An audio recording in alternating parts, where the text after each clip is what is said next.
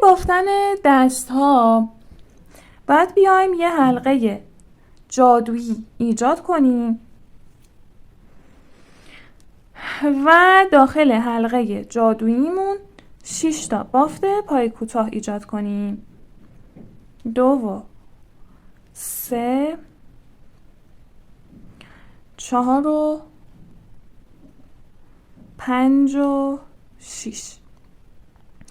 بعد اینکه 6 تا بافت پای کوتاهمون رو ایجاد کردیم، نخ حلقمون رو میکشیم تا در واقع شکل گرد به خودش بگیره و بعد میریم سراغ رج دوم که از این رج به بعد ساده بافیامون شروع میشن. رج دوم تا 11 برای بافتن دست رو باید ساده بافی کنیم و دونه بدونه داخل خونه ها یه دونه بافت پای کوتاه ایجاد کنیم. پس رج دوم تا 11 رو ساده بافی میکنید. بعد شکلی که در واقع ایجاد میشه برای دست ها این شکل هستش. من از قبل دستای قورباغه رو بافتم و اینکه برای اینکه در واقع کار رو ببندید، انتهای کار که اومدید رسیدید رج در واقع 11 و رج 11 رو هم کامل بافتید، بست بزنید و نخ رو بلند قیچی کنید تا بعدم بتونیم که روی بدنش متصلش کنیم دست ها رو. و 2 تا از این بافت باید ایجاد کنید. بعد بریم سراغ پاها و پاها رو ببافیم. برای بافتن پاها هم دقیقاً همین روند رو تکرار میکنیم. یه حلقه جادویی میزنیم، داخلش 6 تا بافت پای کوتاه میبافیم و این بار رج دوم تا 15 رو ساده بافی میکنیم. یعنی تا رج 15 باید ساده بافیمون رو ادامه بدیم تا پاها یه مقدار از دست‌ها بلندتر باشن. شکل نهایی پاهای عروسک به این صورت در میاد که اگر که دقت کنید پاها باید یه مقدار از دستا بلندتر باشن. این تا رج 15 ساده بافی بود، این تا رج 11. و انتهای کار که رسید دوباره مثل دست ها کار رو بست میزنید و نخ رو بلند میبرید تا بتونیم با سوزن روی بدنش بدوزیمشون. این هم از دست ها و پاهای قورباغه. بریم سراغ متصل کردنشون به بدن. خب برای دوختن دستا و پاها روی بدن، قبل اینکه این کار رو انجام بدید اگر که بخواید داخلش مفتول گذاری کنید، به این صورت مفتول رو میبریم داخل دستا و پاهاش. بعد اون اندازه‌ای که خواستید با سیمچین یا حالا یه وسیله‌ای میبرینش. خب الان داخل این اندازه‌ای که میخوام مفتول هستش. داخل بقیه دستا و پاها هم این کار رو انجام دادم. خب حالا برای متصل کردن دستا و پاها روی بدن دست‌های عروسک رو باید بین رج 18 و 19 1 2 3 4 5 6 7 8 9 10 11 12 13 14 18 19 خب بین رج 18 19 20 این حدودا به این صورت باید با سوزن بدوزین دستاشو، هم این دستشو هم این یکی دستشو. به این صورت با سوزن میدوزیمشون با نخ اضافه خود دست ها. پاهای عروسک رو هم گفته باید بین رج 5 و 6 تقریبا این حدودا میشه باید بدوزیمش با سوزن و بعدش بریم سراغ انگشتای عروسک. خب من دوختن دستا و پاها رو فیلم نمیگیرم، خودتون انجام بدید چون هم دیگه دوختن ساده است که با سوزن این کار رو انجام میدید. همین که خب من چون زیر دوربین دارم این کارا رو انجام میدم تسلط ندارم، برای همین گاهی دوربین رو متوقف میکنم که راحت تر بتونم یه سری کارا رو انجام بدم که شلخته نشه بافتم. دوختن در واقع دستا و پاها رو انجام بدید. بریم سراغ انگشتای در واقع قورباغه. خب دست و پاهای قورباغه رو بهش متصلشون کردیم. حالا مونده انگشتای روی دست و پاهاش. برای انگشت ها میایم دوباره از نخ همرنگ بدنش که سبز هستش استفاده میکنیم و 3 زنجیره میزنیم. خب این گره هم یه مقدار نخ اضافه میذارم این قسمت. این گره هم 3 تا زنجیره میزنم، این 1،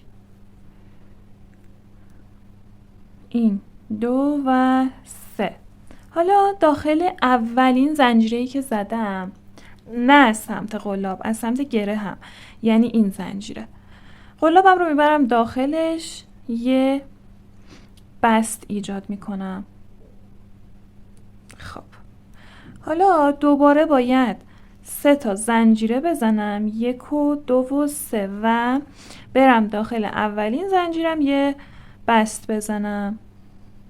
این کارو یه بار دیگه هم باید تکرار کنم. 3 تا زنجیره، این 1، این 2 و 3. داخل اولین زنجیره یه بافت کور ایجاد میکنم.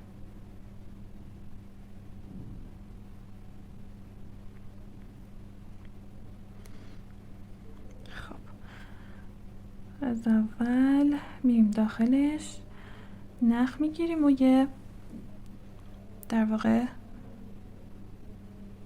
بست میزنیم.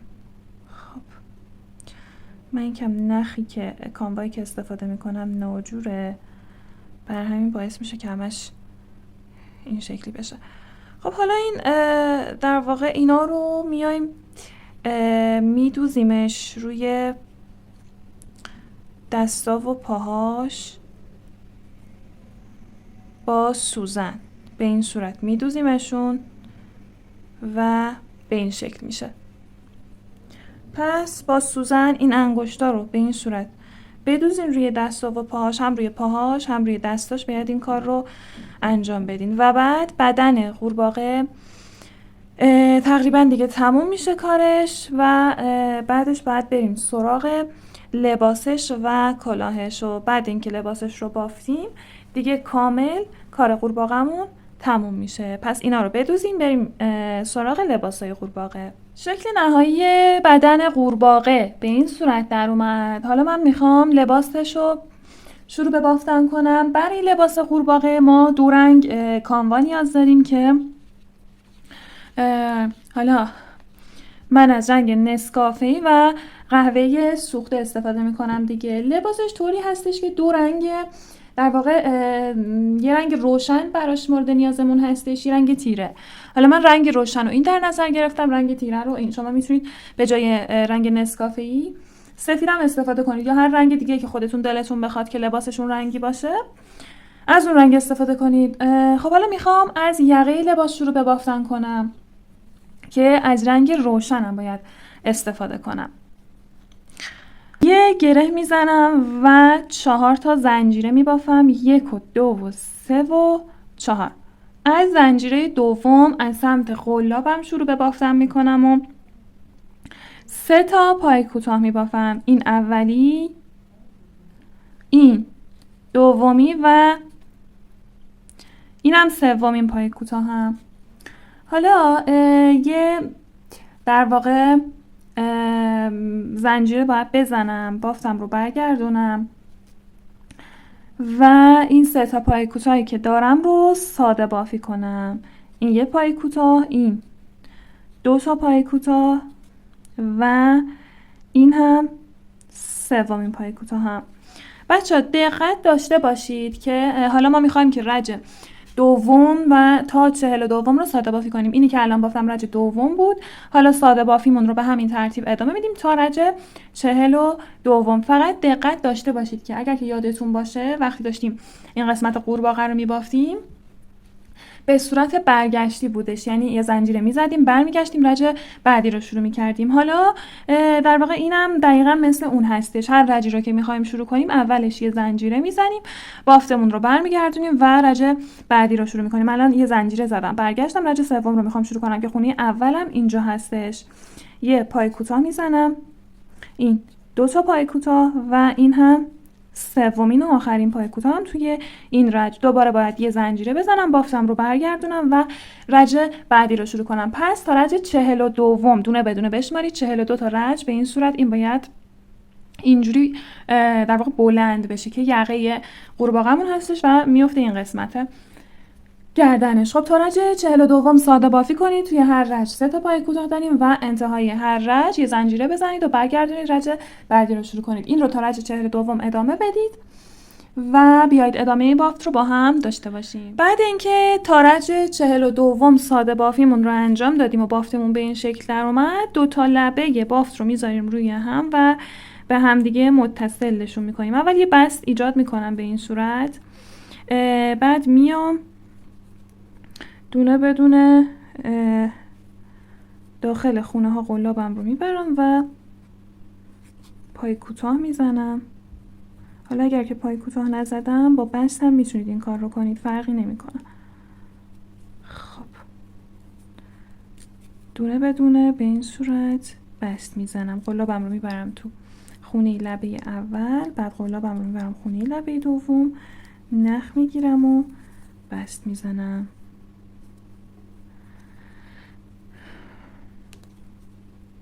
این هم از این. خب 2 تا لبه به هم دیگه متصل شد. حالا دوباره باید یک رج ساده بافی کنم. دوباره یه رج ساده بافی میکنم و دونه بدون قلابم رو به این صورت میبرم داخل خونه ها و یه پای کوتاه ایجاد میکنم. خب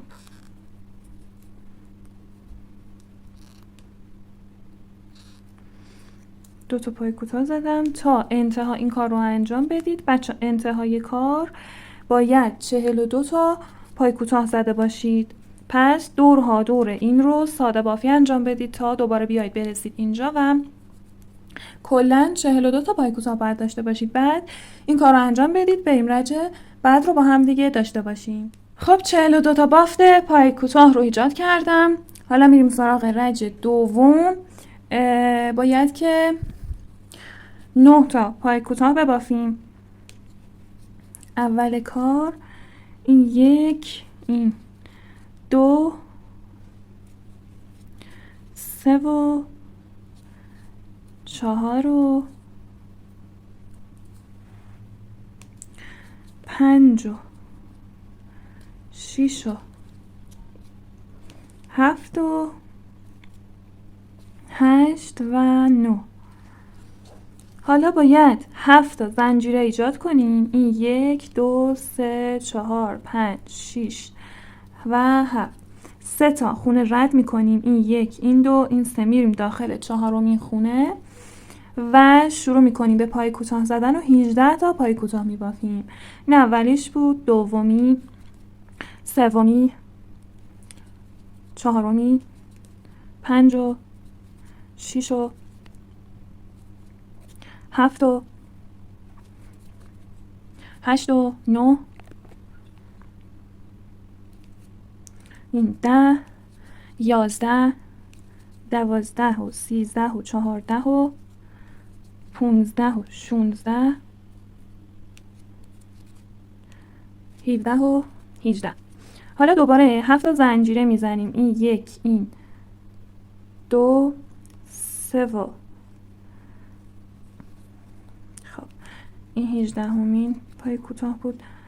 1 و 2 و 3 و 4 و 5 و 6 و 7. بعد اینکه 7 زنجیره زدیم دوباره باید 3 تا خونه رد کنیم. این 1، این 2 و این 3. میریم داخل خونه چهارم و شروع به پای کوتاه میکنیم. بعدش بعد 9 تا پای کوتاه داشته باشیم تا آخر. 1 و 2 و 3، 4 و 5، 6 و 7 و 8 و اینم آخرین و 9مین خونه. خب اینم از رج دوم. حالا بچه باید رنگ نخمون رو تغییر بدیم به قهوه‌ای پررنگ. خب این 8مین پای کوتاهی بود که زده بودم. حالا میخوام رنگ نخم رو به قهوه‌ای پررنگ تغییر بدم. برای همین میام این رو متصلش میکنم و با خونه آخر بست میدم. به هر روشی که خودتون بلدید بچه میتونید که تغییر رنگتون رو انجام بدید. حالا با رنگ قهوه پررنگ باید رج سوم و چهارم رو ساده بافی کنیم و توی هر رج هم 50 تا پای کوتاه داشته باشیم. خب دونه بدونه میریم داخل خونه ها و پای کوتاه میزنیم. دو رج این کار رو انجام بدید تا انتها بچه ها. بعد که رج چهارم رو هم ساده بافی کردید دوباره باید رنگ نخ رو تغییر بدیم به نسکافه‌ای و ادامه بافت رو با اون رنگ ادامه بدیم. خب داخل این زنجیره ها هم باید پای کوتاه بزنیم. فعلا این دو رج رو ساده بافی کنید. بیاید ادامه بافت رو در واقع ببافیم. خب رج سوم و چهارم رو هم ساده بافی کردم با قهوه‌ای پررنگ. حالا رسیدیم به رج پنجم. قبل اینکه رج پنجم رو شروع کنم رنگ نخم رو باید به کرمی تغییر رنگ بدم. اینم رنگ کرمی. خب حالا رج پنجم و ششم دو رج باید با رنگ کرمی ساده بافی کنم و بعد اون حالا رنگ نخم رو دوباره به قهوه‌ای پررنگ تغییر بدم. فعلا این دو رج رو با کرمی یا همون نسکافه‌ای ساده بافی کنید. ساده بافی رج پنجم و ششم رو هم انجام دادم. حالا میریم سراغ رج هفتم و هشتم که قبلش دوباره باید رنگ نخمون رو تغییر بدیم به قهوه پررنگ و ادامهش رو با قهوه پررنگ ببافیم. خب قهوه رو متصل میکنم با آخرین خونه این رج بست میدم و رج جدیدم رو شروع به بافت میکنم که رج هفتم هستش. رج هفتم و هشتم رو هم بچه به این ترتیب با قهوه پررنگ ساده بافی میکنیم. حالا رج هفتم و هشتم رو هم تمومش کردم. دوباره میخوام کاموای نسکافه رو متصل کنم و دو رج با این رنگ ساده بافی کنم. بچه این کار رو چند بار باید ادامه بدیم. اگر که اشتباه نکنم تا رج 14 باید این کار رو ادامه بدیم. هی دوتا رنگ کاموامون رو عوض کنیم. دو رج ببافیم بعد دوباره رنگ کاموامون رو عوض کنیم. خب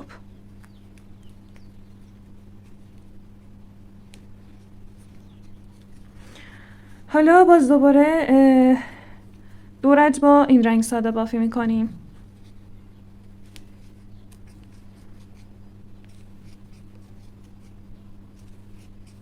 رسیدیم به رج 11. دوباره رنگ نخمون رو به قهوه‌ای تغییر رنگ میدیم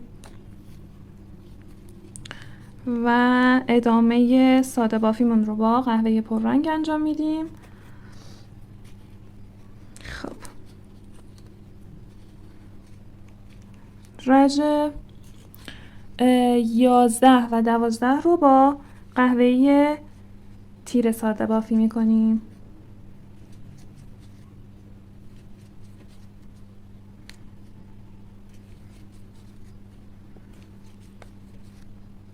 حالا نوبت رسید به رج 13 و 14 آخرین رج‌های ساده بافیمون هستن. این دو رج رو هم با نخ در واقع نسکافه‌مون باید ساده بافی کنیم. رنگ نخم رو به نسکافه‌ای تغییر دادم. بعد اینکه این دو رج رو در واقع ساده بافی کردیم دیگه در واقع کار پیرهن تموم میشه. باید بریم سراغ آستیناش و آستیناش رو هم ببافیم. این دو رج رو ساده بافی کنید. بعد نختون رو بست بزنید و نختون رو قطع کنید و با سوزن یه جا گوشه موشه های بافت پنهانش کنید. بعد بریم سراغ آستین لباس و آستینش رو ببافیم. خب بافت لباس قورباغه تقریبا به آخرش رسیده. فقط دوتا آستینش مونده که اینها رو هم باید ببافیمشون. قلاب رو میبریم داخل. حالا از یه قسمتی و اول با نخ روشنمون، نخ در واقع نسکافه رنگمون شروع میکنیم بافت رو. نخ میگیریم میکشیم بیرون و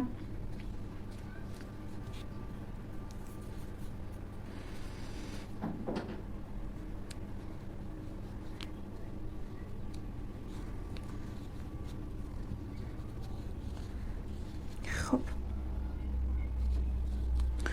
حالا باید پای کوتاه بزنیم، شروع به بافتن در واقع پای کوتاه کنیم دورها دور آستین که این الان شروع در واقع رج اولمون هستش.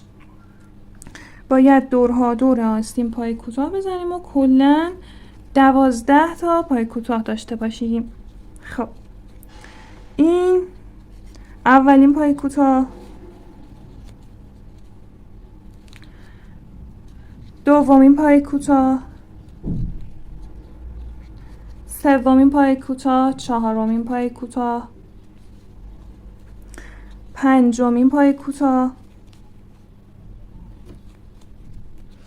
ششمین پای کوتاه،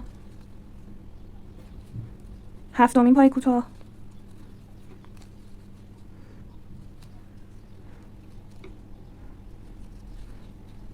این 8، این 9، این 10، 11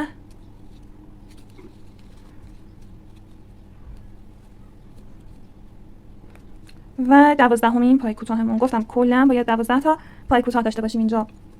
خب 12 تا پای کوتاه زدم. رج دوم هم دوباره باید 12 تا پای کوتاه بزنم. بعدش بچه دیگه من بافت آستین رو نگیرم چون کاملا مشابه با لباس قورباغه هستش که الان داشتم توضیح میدادم کامل. رج اول رو ساده بافی کردیم 12 تا پای کوتاه رو، رج دوم رو هم باید همین کار رو تکرار کنیم و 12 تا پای کوتاه ببافیم. بعدش میریم سراغ رج سوم و چهارم. قبلش رنگ نخمون رو به قهوه‌ای تغییر رنگ میدیم. رج سوم و چهارم رو هم به این ترتیب ساده بافی میکنیم. بعدش رنگ نخمون رو به سفید تغییر میدیم. رج پنجم و ششم رو با سفید در واقع ساده بافی میکنیم. دوباره رنگ نخ رو به قهوه‌ای تغییر رنگ میدیم. اینایی که دارم میگم رو یه جا یادداشت کنید. بعد اینکه رج پنجم و ششم رو با سفید ساده بافی کردیم، رج هفتم و هشتم رو با قهوه‌ای ساده بافی میکنیم. رج نهم و دهم رو با سفید ساده بافی میکنیم. و همینطور که دارید این کار رو انجام میدید بچه‌ها، دست قورباغه رو اندازه بگیرید تا جایی که آستین رو تا جای ادامه بدید که بیاد بیفته این قسمت دست قورباغه. هر وقت که دیدید اندازه شد دیگه ساده بافیتون رو متوقف کنید، نخ و بست بزنید و ببرید و داخل بافت پنهان کنید. اینم از آستین قورباغه. این یکی رو هم دقیقاً مثل این آستین میبافیم و بعد لباس قورباغه‌مون تموم میشه.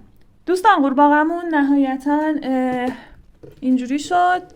لباسش هم کامل بافتم، آستیناش هم کامل بافتم و تن قورباغه کردم. این مقدار سخت بود دستاش رو بخوام ببرم داخل آستینش، ولی خب نهایتا اینجوری شد لباسش. حالا میخوام یه کلاه هم براش ببافم، بعد دیگه کامل بافتش تموم میشه.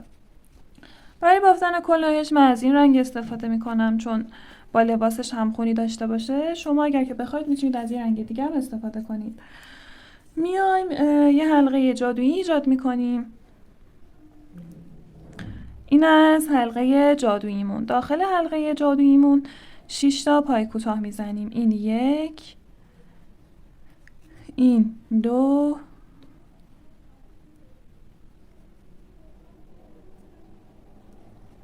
این 3، 4، 5 و 6. حالا میریم سراغ رج دوم. رج دوممون دونه بدونه باید افزایش بزنیم و داخل هر خونه 2 تا بافت پای کوتاه ببافیم. 1 و 2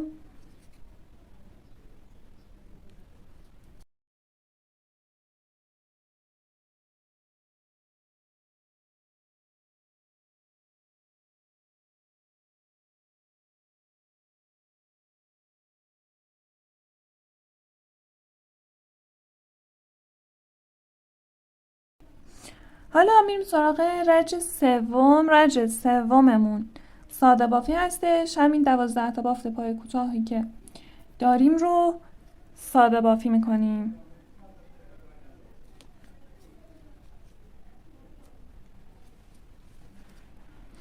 پس این رج رو ساده بافی کنید. رج چهارم رو هم باید ساده بافی کنید، همین 12 تا بافت پای کوتاهی که داریم رو. بعد بیاید ادامه بافت رو با هم دیگه داشته باشیم. رسیدیم به رج پنجم. رج پنجم دونه بدونه همه خونه ها رو باید افزایش بدیم با در واقع حلقه های جلوی هر خونه باید این کار رو انجام بدیم. قلاب رو میبریم داخل حلقه جلویی، دقت کنید اگر که داخل دوربین مشخص باشه. بعد افزایش میزنیم، دوباره حلقه جلوی خونه بعد و افزایش، دوباره حلقه جلوی خونه بعد و افزایش. این کار رو تا آخر تکرار کنید. خب بعد اینکه رج ششم تموم شد بافتمون به این صورت در اومده. حالا بچه‌ها برای اینکه لبه کلاهمون یه مقدار بلندتر باشه یکی دو رج باید این 24 تا بافتمون رو به صورت عادی و نرمال ساده بافی کنیم، نه از حلقه های جلویی یا پشتی، به صورت نرمال و همیشگی که بافتمون رو در واقع ایجاد میکنیم یکی دو رج ساده بافی میکنید. بعد کلاه قورباغه هم تکمیل میشه. ساده بافی رو انجام بدید، بیاید ادامه کار. حالا یه بست میزنم و نخ کلاه رو میبرم. بچه این کلاه رو اگر که بخواید میتونید روی سر قورباغه بدوزید، اگر هم نخواستید میتونید همینجوری حالت متحرک بذارید رو سرش، هر وقت که خواستید برش دارید. اگر میخواستید میگم میتونید بدوزیدش، یا اینکه با چسب هم میتونید بچسبونیدش. حتی من نمیدوزمش، میذارم همینجوری رو سرش بمونه. مرسی که تا انتهای ویدیو همراه من بودید و امیدوارم که دوستش داشته باشید.